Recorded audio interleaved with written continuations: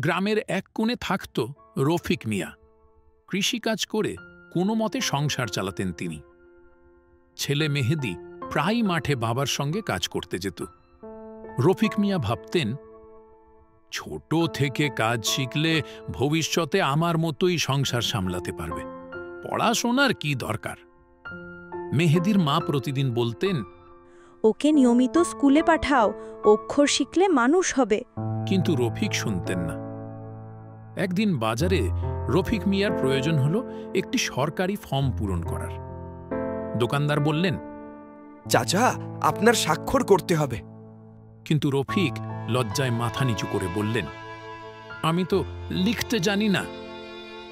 তখন তারই ছোট ছেলে মেহেদি এগিয়ে এসে স্কুলে শেখা অক্ষর দিয়ে বাবার নাম লিখে দিল। চারপাশের লোকজন মেহেদির প্রশংসা করতে লাগল। সেই মুহূর্তে রফিক মিয়ার চোখে জল এসে গেল। তিনি বুঝলেন পড়াশোনা না জানার কষ্ট কত বড়। সেদিন থেকে তিনি প্রতিজ্ঞা করলেন, আমার সন্তানকে আর কোনোদিন স্কুল ফাঁকি দিতে দেব না, ওকে মানুষ করব। মেহেদি নিয়মিত স্কুলে যেতে শুরু করল। বাবা আর ছেলে দুজনেই বুঝল বিদ্যালয়ই হল আলোর পথে যাওয়ার সিঁড়ি।